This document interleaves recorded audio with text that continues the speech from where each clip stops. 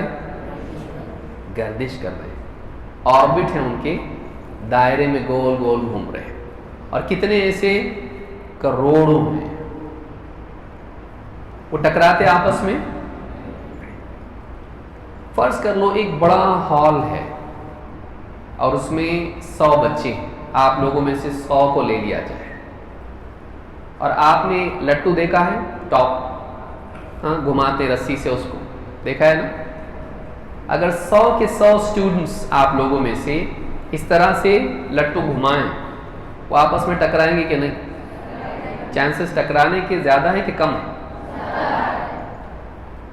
لیکن وہ آپس میں نہیں ٹکرا اور گھومتے رہے، کوئی کسی کو ٹکرا رہا نہیں، ایسا ہوتا؟ لیکن آسمان میں آپ دیکھیے اتنے سارے ستارے اپنے اپنے دائرے میں، وَكُلٌّ فِي فَلَكٍ يَسْبَحُونَ، قرآن میں اللہ فرماتا ہے سب کے سب، سورج، چاند، ستارے، سب کے سب اپنے اپنے آربٹ میں، دائرے میں۔ فلک دائرہ ہوتا ہے، وہ ایلپٹیکل ہوتا ہے، سائنٹسٹ بولتے ہیں، ایک دم سرکولر بھی نہیں ہوتا۔ ہاں ایلپس معلوم ہے؟ سرکل کی طرح ہوتا ہے لیکن انڈے کی طرح ہوتا ہے۔ تو اس طرح کے دائرے میں وہ گھوم رہے ہیں لیکن کبھی ٹکراتے نہیں ہیں۔ کون ہے جس نے ان کو اتنے پرفیکشن کے ساتھ میں باقی رکھا ہے؟ وہ اللہ ہے۔ زمین میں آپ دیکھو، واٹر سائیکل معلوم ہے آپ کو؟ ہاں رین، بارش کا، کون بتائے گا کیا ہوتا؟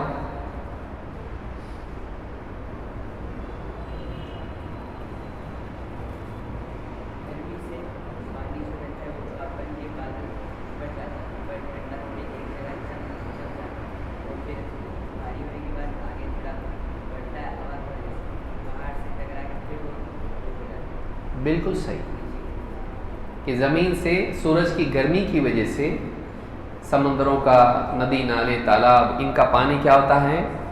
بھاپ بن کے اوپر جاتا ہے۔ اوپر جانے کے بعد وہ ٹھنڈا ہوتا ہے، اس کے بادل بنتے ہیں۔ پھر بادل میں قطرے جب ان کا وزن بڑھ جاتا ہے تو پھر کیا ہوتے ہیں؟ بادل میں سے وہ قطرہ قطرہ ہو کے نیچے آتے ہیں، اس کو ہم کیا بولتے ہیں؟ بارش۔ ابھی بارش کا موسم ہی چل رہا ہے، اور پھر وہ بارش ندی نالے تالاب سے ہوتے ہوئے پھر واپس سے کہاں جاتی ہے؟ سمندر میں جا کے مل جاتی ہے، وہ پانی وہاں پہ چلا جاتا ہے۔ اب مجھ کو 2 باتیں یہاں بتائیے۔ اوپر جب پانی جاتا ہے سمندروں کا، سمندر کا پانی کیسا ہوتا ہے؟ میٹھا ہوتا ہے نا؟ کھارا ہوتا ہے؟ ماشاءاللہ، معلوم ہے آپ لوگوں کو۔ کھارا مطلب اس میں نمک ہوتا ہے۔ تو بارش کا پانی کبھی پیا ہے آپ نے؟ کیسا ہوتا ہے؟ نمکین ہوتا ہے نا؟ نہیں، کیسا ہوتا ہے؟ اس میں نمک ہوتا ہے۔ آپ نے اسکول میں ایکسپیریمنٹ کیا ہوگا، فزکس میں یا کون سی کلاس میں کیا ہوگا؟ ہاں کیمسٹری میں کیا ہے؟ ایک برتن میں پانی لو، اس میں نمک ملاؤ اور اس کو دھوپ میں رکھو، کیا ہے ایکسپیریمنٹ؟ نہیں؟ اچھا، ہم لوگ جب اسکول میں تھے تب ہم کو پتہ ہے۔ اب گرمی میں جب دھوپ میں اس پانی کو رکھیں گے، وہ پانی کیسا ہے؟ نمک ملا ہوا ہے، تو پانی کیا ہو جاتا ہے؟ بھاپ بن کے اڑ جاتا ہے، لیکن پیالی میں کیا رہ جاتا ہے؟ نمک۔ یہ قانون کس نے بنایا؟ اور ایسے ہی ہونا چاہیے تھا یا نہیں؟ نمک بھی جانا چاہیے تھا نا اوپر؟ اگر آپ بتائیے نمک اوپر جاتا پانی کے ساتھ میں، تو وہ نمک اوپر جاتا، بادل اس کے بنتے، اور بادل سے جب پانی برستا تو کیسا برستا؟ نمک والا۔ اس سے فصلیں تباہ ہو جاتی، ندی نالے کا پانی پینے لائق نہیں رہتا۔ اللہ رب العالمین یہ قانون کس نے بنایا ہے کہ انسان کے لیے وہ فائدے والا ہے، اور ایسا ہی ہونا چاہیے تھا کہ پانی جب اوپر جائے گا تو نمک نیچے چھوڑ کے جائے گا، بلکہ پانی میں اگر کچرا بھی ہو تو جب بھاپ بن کے اوپر جاتا ہے وہ کچرا نیچے رہ جاتا ہے، صرف پانی جاتا ہے۔ قانون کون بنایا؟ یہ ہمارے لیے مفید ہے کہ نہیں ہے؟ ایسا ہی ہونا چاہیے تھا، ہمارے فائدے کا ہے یہ قانون۔ یہ سارا نظام جو چل رہا ہے، ہوائیں برابر چلتی ہیں۔ زمین میں اگر آپ بیج ڈالو، آپ سوچو ایک بیج آپ ڈالتے ہیں، آم کی گٹلی ہے، زمین میں اس کو ڈالتے ہیں، اس سے کیا نکلتا ہے؟ پہلے چھوٹا سا پودا نکلتا ہے، پھر وہ بڑھتا ہے، بڑھتے بڑھتے بڑھتے پیڑ بن جاتا ہے۔ پیڑ بننے کے بعد اس میں کیا لگتی ہے؟ آم لگتے ہیں۔ اس کی بھی سٹیجز ہوتے ہیں، پہلے کھٹا ہوتا ہے، اس کے بعد میٹھا ہوتا ہے۔ یہ بتائیے کہ وہ جو پیڑ بنا اتنا سارا، وہ آیا کہاں سے؟ آسمان سے آیا نا؟ ہاں بول رہے ہیں، کہاں سے آیا؟ نکلا کہاں سے وہ؟ زمین میں کیا ہے؟ مٹی، جس میں دبایا گیا تھا اس گٹھلی کو، کیا ہے؟ مٹی ہے۔ اب اس ایک گٹھلی میں سے بن کے اتنا بڑا پیڑ آیا، تو پیڑ میں جو کچھ بھی مٹیریل لگا وہ کہاں سے آیا؟ نیچے سے۔ مٹی اور پانی، دو چیزیں لیتا ہے پیڑ، لیکن اس مٹی اور پانی کو وہ کنورٹ کرتا ہے، اس کو تبدیل کرتا ہے، لکڑی میں، پتوں میں، پھول میں، شاخوں میں، پھل میں۔ اور مٹی کا ذائقہ آپ نے دیکھا ہے؟ نہیں کھائے مٹی آپ لوگ کبھی؟ مٹی کھائے؟ نہیں، سچی بولو۔ ہاں کچھ لوگ کھائے ہیں، بچپن میں بچے کھاتے ہیں۔ آم کا ذائقہ، تربوز کا ذائقہ، خربوز کا، انار کا، انگور کا، اتنے سارے پھل ہیں، سب کے ذائقے سیم رہتے نا؟ نہیں، مٹی ایک ہی ہے، لیکن اس ایک مٹی سے اتنے سارے پھل اللہ پیدا کرتا ہے، اور ہر پھل کا ذائقہ اور لذیذ بھی ہوتا ہے، لیکن مٹی الگ ہے۔ وہ ذائقہ آیا کہاں سے؟ سوال یہ۔ اور ایک ہی مٹی کو اللہ تعالیٰ تبدیل کر کے اس سے اتنی ساری چیزیں پیدا کرتا ہے، پھل، پھول، ترکاریاں، اناج، پھر انسان اس سے کھاتا ہے، جانور اس سے کھاتے ہیں، اور وہ بھی اس سے پل کے بڑے ہوتے ہیں۔ یہ سارا نظام اللہ نے بنایا ہے۔ اللہ تعالیٰ کے ہم پر بہت سارے احسانات ہیں۔ اللہ تعالیٰ قرآن کریم میں فرماتا ہے وَآتَاكُم مِّن كُلِّ مَا سَأَلْتُمُوهُ وَإِن تَعُدُّوا نِعْمَةَ اللَّهِ لَا تُحْصُوهَا۔ اللہ تعالیٰ نے وہ سب کچھ تم کو دے رکھا ہے جو تم اس سے مانگ سکو، جو تم نے اس سے مانگا، چاہا، اس نے سب دے دیا تم کو، کیونکہ تمہاری جتنی ضرورتیں تھیں اللہ نے ساری دنیا میں پیدا کر کے رکھ دیں۔ وَإِن تَعُدُّوا نِعْمَةَ اللَّهِ لَا تُحْصُوهَا، اگر تم اللہ کی نعمتوں کو گننا چاہو نہیں گن سکتے۔ اللہ کی نعمتوں کو اگر تم شمار کرنا چاہو تو شمار نہیں کر سکتے۔ معلوم ہے کہ اللہ کے ہم پر بہت سارے احسانات ہیں۔ جسم بہترین دیا، کھانے پینے کے لیے سارا انتظام کیا، سانس لینے سے لے کے زندگی گزارنے کے لیے وہ ساری صلاحیتیں ہم کو دی۔ یہ ساری نعمتیں کس نے دی؟ اللہ نے۔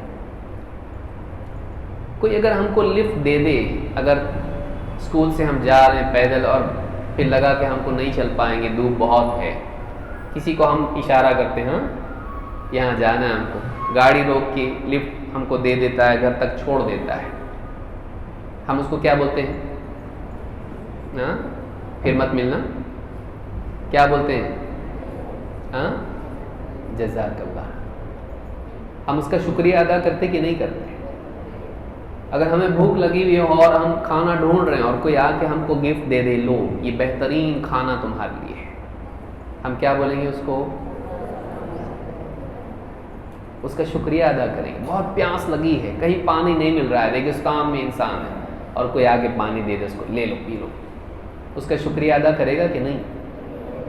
اتنا سب کچھ اللہ نے ہمارے لیے پیدا کیا، اب ہم کو کیا کرنا چاہیے؟ کچھ نہیں شکریہ ادا کرنا چاہیے؟ نہیں؟ یا کرنا چاہیے؟ کتنی بری بات ہے آپ کسی پہ احسان کرو اور وہ آپ کا احسان مانے ہی نہیں۔ اچھی بات ہے؟ آپ ناراض ہوں گے کہ نہیں ہوں گے؟ آدمی کو برا لگتا ہے، کتنا سب کچھ میں نے کیا لیکن اس کی طرف سے شکریہ ہی نہیں ہے۔ انسان کی فطرت میں یہ چیز، اللہ رب العالمین نے اتنے سارے احسانات بندے پر کیے، اب بندے کا اخلاقی فریضہ ہے، اس کی اخلاقی ذمہ داری ہے کہ وہ اللہ کا شکر ادا کرے۔ لیکن شکر ادا کرنا کیسا ہے؟ صرف زبان سے نہیں، اپنے پورے وجود سے۔ اسی کا نام عبادت ہے۔ سمجھ میں آیا؟ اسی کا نام کیا ہے؟ عبادت ہے۔ اسی لیے آپ دیکھو شیطان نے جب اللہ تعالیٰ سے مہلت مانگی انسان کو بھڑکانے کی، میں اس کو گمراہ کروں گا، اس وقت میں شیطان نے اللہ تعالیٰ سے کیا کہا تھا؟ وَلَا تَجِدُ أَكْثَرَهُمْ شَاكِرِينَ، تو ان میں سے اکثریت کو، میجورٹی کو شکر کرنے والا نہیں پائے گا۔ ان کی زندگی میں تیرا شکریہ نہیں ہوگا، وہ کھائیں گے تیرا لیکن جھکیں گے کسی اور کے آگے، وہ تیری نعمتیں لیں گے لیکن تعریف کسی اور کی کریں گے، یہ تیری نعمتیں لیں گے تیرا شکر ادا نہیں کریں گے۔ ہماری زندگی کا مقصد یہی ہے کہ ہم اللہ کے شکر گزار بندے بن جائیں۔ شکر کے لیے انگلش میں لفظ کیا ہے؟ ایپٹیٹیوڈ کیا ہے؟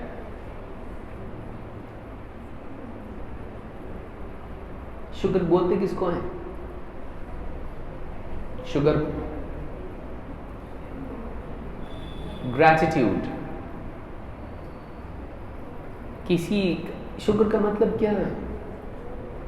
ہاں، تین چیزیں یاد رکھیں گے اس کو، آنے والے دن میں پوچھوں گا۔ ہماری زندگی کا مقصد کیا ہے؟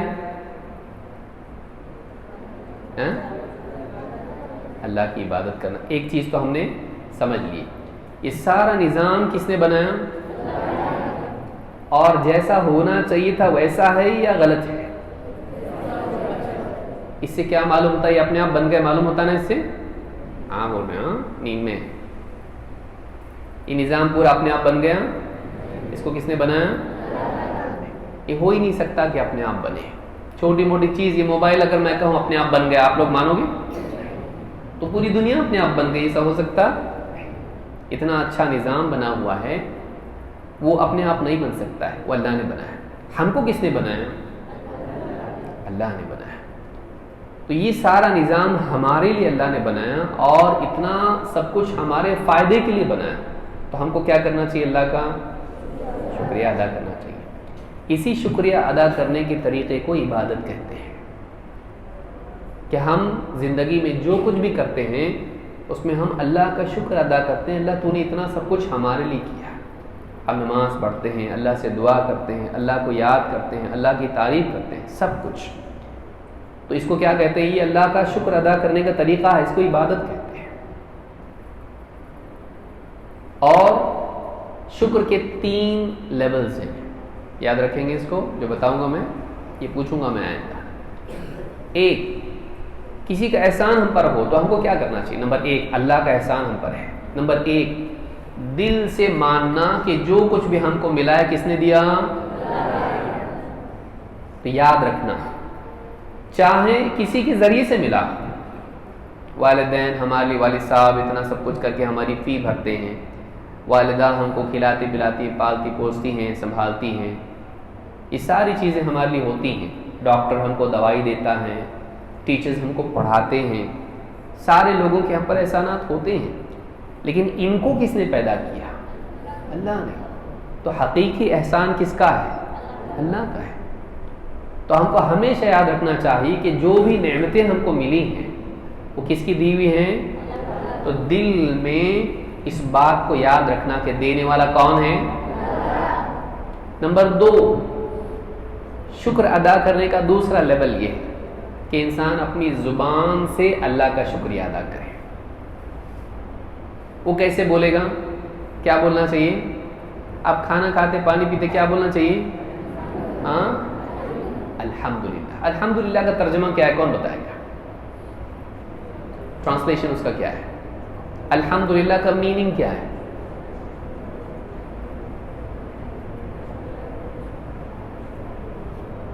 اللہ ایک ہے، ہاں، اللہ تیرا شکر ہے، ساری تعریف اللہ کے لیے ہے۔ ساری تعریف کس کے لیے ہے؟ الحمدللہ میں ہم اللہ کا شکر ادا کرتے ہیں اور اللہ کے اچھا ہونے کو مانتے ہیں زبان سے۔ دنیا میں جو کچھ بھی بھلائی ہے وہ کس کی دی ہوئی ہے؟ دواؤں میں شفا کس نے رکھی؟ اور کھانے میں بھوک مٹانے کی صلاحیت اور پانی میں پیاس بجھانے کی صلاحیت۔ تو جو بھی چیز ہم کو ملی ہوئی ہے وہ اللہ کی دی ہوئی ہے، تو حمد کس کی ہونا چاہیے؟ تعریف اللہ کی ہونا چاہیے۔ اور نمبر 3، شکر کا تیسرا لیول یہ ہے کہ ہم اپنے بدن سے وہ کریں اور ان نعمتوں کو ویسا استعمال کریں جیسا اللہ چاہتا ہے۔ نمبر 1، پہلی بات، اللہ کا دل سے احسان ماننا کہ دینے والا کون ہے؟ یا بابا ہے۔ بہت سارے لوگ کیا مانتے ہیں؟ بتوں نے ہم کو دیا، مورتیاں ہیں ان کے آگے جھکتے ہیں، وہ مانتے کہ انہوں نے ہم کو دیا۔ کچھ لوگ ہیں یہ مانتے ہیں ستاروں کی وجہ سے ہم کو ملتا ہے، ستاروں کی گردش ہے۔ کچھ لوگ مانتے ہیں انگوٹھی میں نے پہنی، اس انگوٹھی سے میری جان بچی۔ کچھ لوگ مانتے ہیں کہ قبر میں جو اللہ والے ہیں ان کے ذریعے سے ہم کو سب کچھ ملتا ہے۔ یہ صحیح ہے؟ نہیں ہے۔ دینے والا کون ہے؟ اللہ کے سوا کوئی دے نہیں سکتا ہے۔ قرآن میں اللہ کیا فرماتا ہے؟ وَمَا بِكُم مِّن نِّعْمَةٍ فَمِنَ اللَّهِ وَمَا بِكُم مِّن نِّعْمَةٍ فَمِنَ اللَّهِ، تمہارے پاس جو بھی نعمت ہے وہ اللہ کی طرف سے ملی ہے۔ تو جو بھی نعمت ہم کو ملی کس کے دینے سے ملی؟ تو دل میں ماننا کہ دینے والا کون ہے؟ حقیقی اللہ ہے۔ نمبر 2، زبان سے اللہ کی تعریف کرنا، جیسے الحمدللہ بولنا ہے۔ نمبر 3، جو بھی نعمت ہم کو ملی ہے اس کا استعمال اپنے دل سے کرنا ہے، اللہ کی مرضی سے کرنا۔ جیسے مثال کے طور پر کسی انسان کو جسم ملا ہے، ہر انسان کو ملا ہے، اب اس جسم سے انسان گناہ کرے، کسی پر ظلم کرے، جھوٹ، زبان اللہ نے دی جھوٹ بولے، آنکھیں اللہ نے دی موبائل فون پر بے حیائی کی چیزیں دیکھے، کان اللہ نے دیے گانے سنے، جھوٹ غیبت سنے، ہاتھ اللہ نے دی کسی کو مارے پیٹے، پاؤں اللہ نے دی غلط راستے پر چلے۔ صحیح ہے؟ تو یہ جسم اللہ نے دی، اللہ کی نعمت ہے۔ اب اس کو غلط کام میں اگر استعمال آدمی کر رہا ہے کا مطلب یہ ہے کہ یہ اللہ کی ناشکری کر رہا ہے۔ پھر مال اللہ نے دیا ہے، اس مال کو غلط استعمال کرے، جو چیزیں اللہ نے دی ہیں ان کو غلط استعمال کرے، یہ بھی ناشکری ہے۔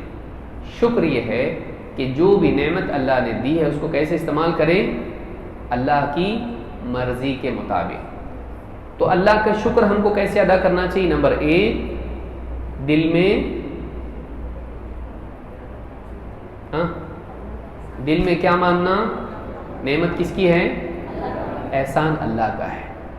زبان سے اللہ کی تعریف کرنا اور بدن سے اور نعمتوں کو کیسے استعمال کرنا؟ جیسے اللہ چاہتا ہے۔ اگر یہ 3 چیزیں آدمی کر لے، یہ 3 چیزیں آدمی کر لے، ایسا آدمی اللہ کا شکر گزار بندہ مانا جاتا ہے۔ اور اسی لیے اللہ نے ہم کو پیدا کیا ہے کہ ہم اللہ تعالیٰ کے شکر گزار بندے بن جائیں۔ اِنَّا خَلَقْنَا الْإِنسَانَ مِن نُطْفَةٍ أَمْشَاجٍ نَبْتَلِيهِ فَجَعَلْنَاهُ سَمِيعًا بَصِيرًا إِنَّا هَدَيْنَاهُ السَّبِيلَ إِمَّا شَاكِرًا وَإِمَّا كَفُورًا۔ اللہ نے قرآن کریم میں فرمایا ہم نے انسان کو رستہ بتا دیا ہے، صحیح راستہ ہم نے انسان کو زندگی گزارنے کا بتا دیا ہے.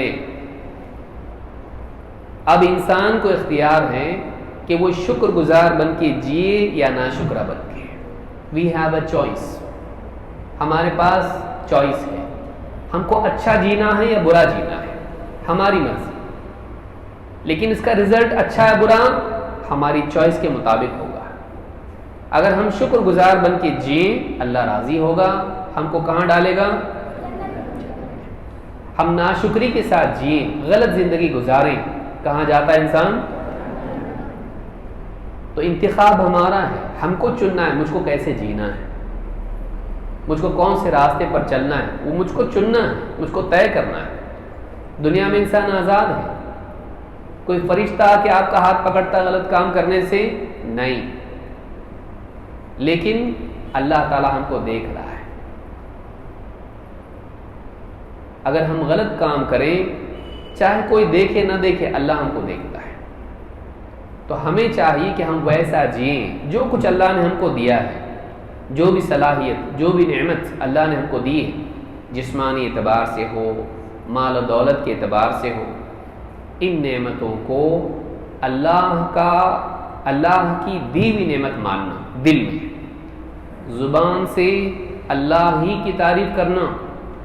3 ان نعمتوں کو غلط طریقے پر استعمال نہیں کرنا. یہ 3 کام اگر ہم کریں تو واقعی ہم نے اللہ کا شکر ادا کیا. یہ 3 چیزیں یاد رکھنا ضروری ہے. ہم نے ایک چیز دیکھی کہ ہم کو پیدا کرنے والا کون ہے اور کیوں پیدا کیا؟ اپنی عبادت کے لیے.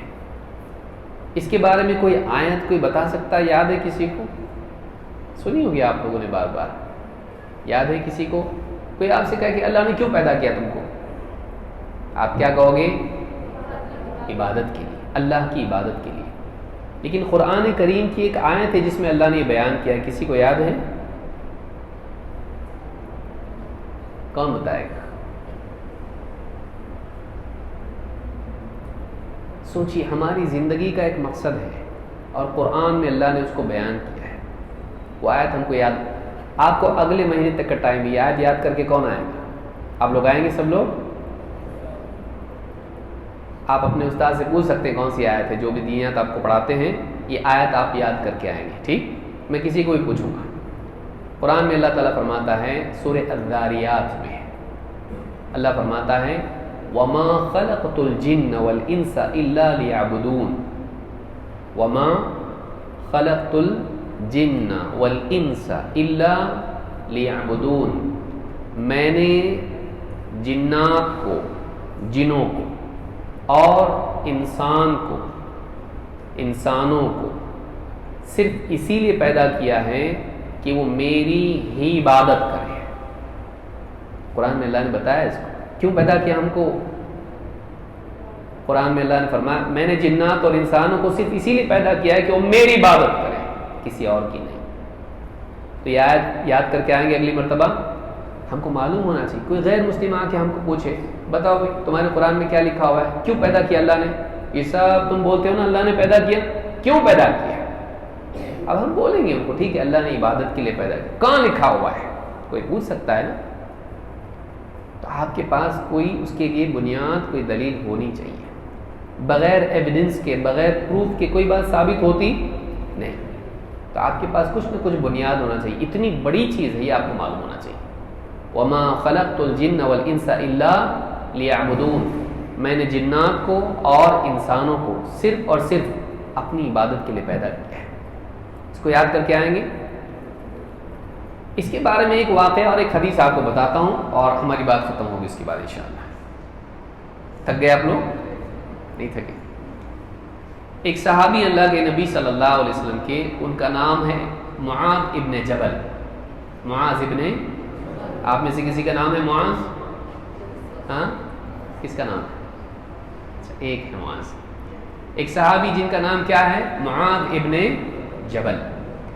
کہتے ہیں ایک مرتبہ میں اللہ کے نبی صلی اللہ علیہ وسلم کے ساتھ سوار تھا. ایک ہی سواری پر میں بھی تھا، آپ بھی تھے. میں آپ کے پیچھے بیٹھا ہوا تھا. آپ نے مجھ کو آواز دے کر کہا اے معاذ، میں نے کہا لبیک و سعدیک یا رسول اللہ، اے اللہ کے رسول میں حاضر ہوں، حکم دیجیے، کیا فرماتے ہیں آپ خاموش رہے۔ سواری آگے چلتی رہی چلتی رہی چلتی رہی، پھر کچھ دیر کے بعد آپ نے پھر کہا اے معاذ، کہا لبیک و سعدیک یا رسول اللہ، اے اللہ کے رسول میں حاضر ہوں، آپ جو چاہیں حکم دیں، کیا ارشاد ہے آپ کا؟ پھر آپ خاموش ہو گئے۔ پھر آگے کچھ چلے تو پھر کہا اے معاذ،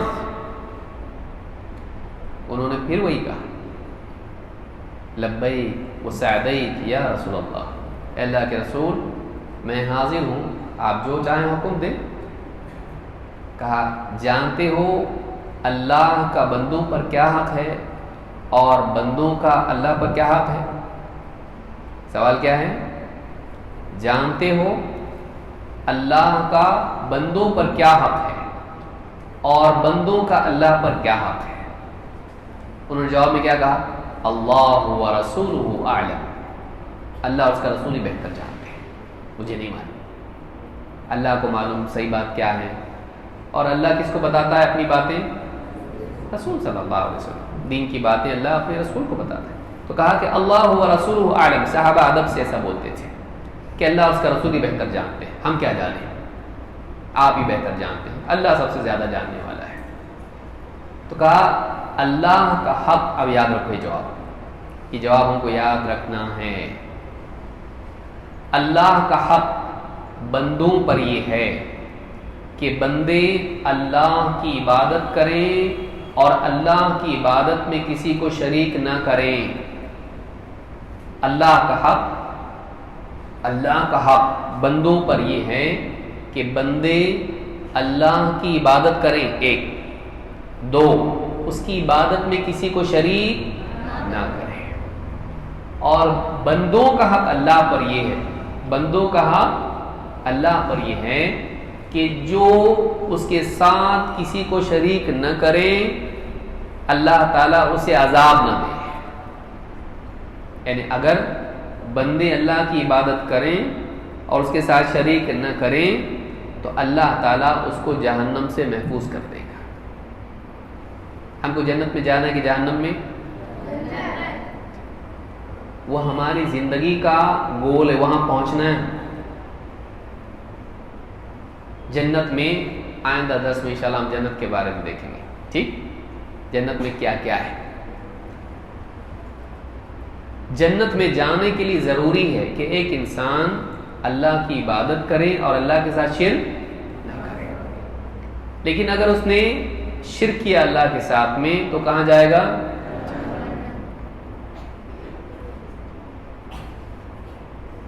اللہ تعالیٰ قرآن کریم میں فرماتا ہے اِنَّهُ مَن يُشْرِكْ بِاللَّهِ فَقَدْ حَرَّمَ اللَّهُ عَلَيْهِ الْجَنَّةَ وَمَأْوَاهُ النَّارُ وَمَا لِلظَّالِمِينَ مِنْ أَنصَارٍ۔ یاد رکھو جو اللہ کے ساتھ شرک کرے گا اللہ تعالیٰ نے جنت پر اس کو حرام کر دیا ہے، وہ جنت میں نہیں جا سکتا۔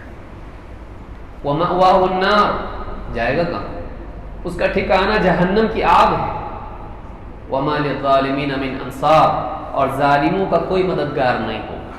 جو شرک کرے گا اس کو کوئی بچا نہیں پائے گا، دوست، رشتہ دار، ماں باپ، بھائی بہن، کوئی بچا نہیں پائے گا اس کو۔ کیوں؟ اس لیے کہ اس نے اللہ کے ساتھ شرک کیا۔ تو یہاں پر ہم کو معلوم ہوا کہ جنت میں جانے کے لیے توحید ضروری ہے۔ اور آپ نے فرمایا جانتے ہو اللہ کا حق بندوں پر کیا ہے، تو کیا ہے اللہ کا حق؟ کون بتائے گا؟ اللہ کا حق بندوں پر کیا ہے؟ ابھی تو بتائیں۔ ہاں، اللہ کی عبادت کریں، بس۔ اور ایک چیز، دو باتیں بتائی تھی میں نے، اللہ کے ساتھ کسی کو شریک نہ کریں۔ دو پارٹ ہیں اس کے، کہ اللہ کی عبادت کریں اور اللہ کے ساتھ کسی کو شریک۔ یہ کس کا حق ہے؟ کس پر؟ اور بندوں کا حق کس اللہ پر کیا ہے؟ ہاں آپ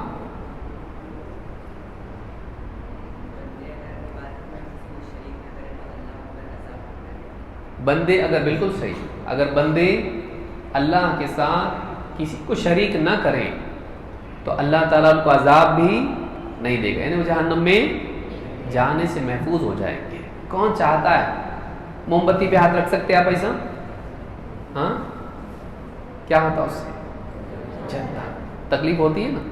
اور سر سے پاؤں تک انسان اگر آگ میں ہو تو، بیکری دیکھی کسی نے؟ بھٹی دیکھی اس کی؟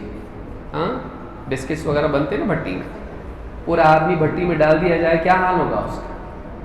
جہنم اس سے بھی زیادہ بھیانک ہے۔ تو جہنم سے بچنے کے لیے کیا آپ کس سے بچنا ضروری ہے؟ شرک سے۔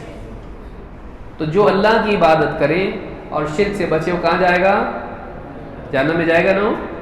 نہیں، کہاں جائے گا؟ جنت میں۔ اور جو شرک کرے وہ کہاں جائے گا؟ تو جنت میں جانے کے لیے شرک سے بچنا ضروری ہے اور توحید کا اہتمام کرنا ضروری ہے۔ آنے والے دروس میں ہم انشاءاللہ جب ملاقات ہماری ہوگی تو ہم توحید کے بارے میں بھی سیکھیں گے کہ توحید کیا ہے۔ یہ لفظ آپ نے بار بار سنا ہوگا نا، توحید۔ توحید کسی کا نام ہے کہ توحید؟ جب میں پڑھاتا تھا ایک بچے کا نام توحید تھا، کسی کا نام ہے توحید؟ نہیں۔ تو توحید کیا ہے اس کو ہم آنے والے درس میں کبھی انشاءاللہ دیکھیں گے، ٹھیک ہے؟ تو آج کی باتیں سمجھ میں آئی؟ کس کو سمجھ میں نہیں آیا اور کسی کو کچھ پوچھنا ہے؟ کسی کو کچھ پوچھنا ہے؟ پوچھ سکتے، اگر پوچھنا ہو تو پوچھ سکتے۔ آج جو میں نے کہا اس کے بارے میں، یہ نہیں کہ ہمارے امتحانات کب ہیں، نہیں پوچھنا ہے؟ ٹھیک، پوچھنا ہے آپ لوگوں کو؟ ہاں، آیت، اس سورۃ الذاریات میں آیت نمبر 56 ہے، سورہ نمبر 52 آیت نمبر 56، یاد رہے گا؟ آیت ہے وَمَا خَلَقْتُ الْجِنَّ وَالْإِنسَ إِلَّا لِيَعْبُدُونَ، میں نے جنات کو اور انسانوں کو صرف اپنی عبادت کے لیے پیدا کیا۔ آئندہ ملاقات جب ہماری ہوگی تو اس وقت میں کسی کو بھی پوچھوں گا یہ آیت، اس کو آیت عربی میں پڑھنی پڑے گی اور اس کا ترجمہ بتانا پڑے گا، کریں گے؟ ٹھیک، بہت بڑا محنت کا کام نہیں ہے لیکن محنت ہے، یاد کرنا پڑے گا۔ یاد کرنا اصل ہے یا یاد رکھنا؟ ہاں، امتحان میں یاد کر کے جاتے لیکن پہلا ورڈ یاد نہیں آتا جواب کا، ہاں، تو یاد رکھنا اصل ہے۔ تو ایک مہینہ بھر آپ یاد کیجئے، انشاءاللہ اس کے بعد ملاقات کریں گے اور میں پوچھوں گا، ٹھیک؟ اللہ تعالیٰ آپ لوگوں کو اچھا رکھے، دنیا میں آخرت میں کامیاب کرے اور ہم کو اسی طرح سے ملاتا رہے۔ آئندہ ہم کو ملنا ہے واپس دوبارہ انشاءاللہ، ٹھیک ہے؟ اقول ھذا واستغفر اللہ لی ولکم۔